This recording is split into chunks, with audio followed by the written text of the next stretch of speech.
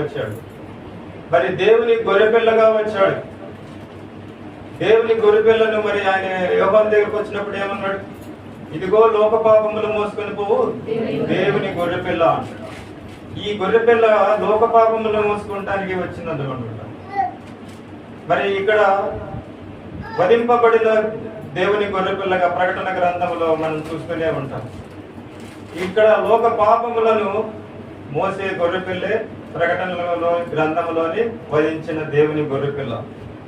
అయితే ఈయన ఎంతగా తగ్గించుకున్నాడు అనేది మనం తెలుసు.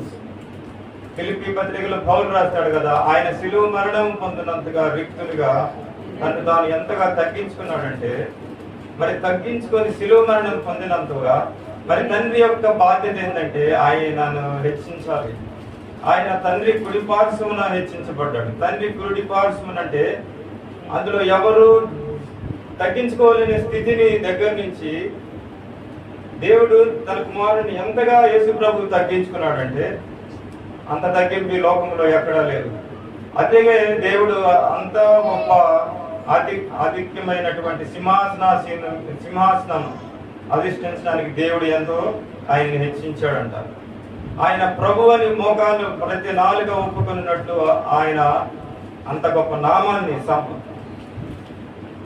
అన్ని నామముల కంటే పైనామముగా ఆయన్ని హెచ్చించాను అని ఉంది.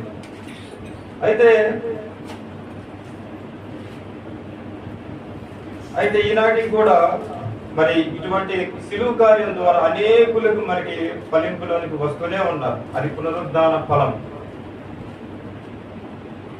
ఏప్రిల్కు రాసిన పత్రిక 2:10 మనం కానీ చూసినట్లయితే,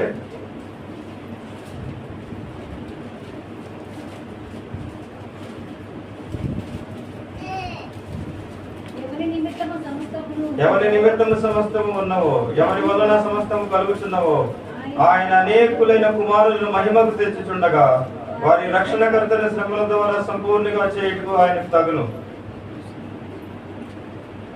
అనేకులైన కుమారులు అనే మాటని మనం గమనించినట్లయితే రక్షణ ఫలం ఏంటంటే ఎవరంటే అనేకులైన కుమారులు.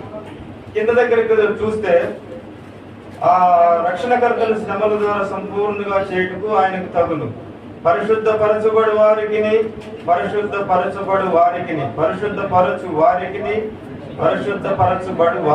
అందరికీ ఒకటే మూలము. ఈ హేతువు చేత వారిని సహోదరులను పిలుచుటకు ఆయన సిగ్గుపడక ఈ నామమును నీ సహోదరులు ప్రచురపడతాము, సమాజం మధ్య నీ కీర్తిని గానము చేతున్నా నేను. ఇక్కడ సహోదరులు ఎవరంటే సంఘమే.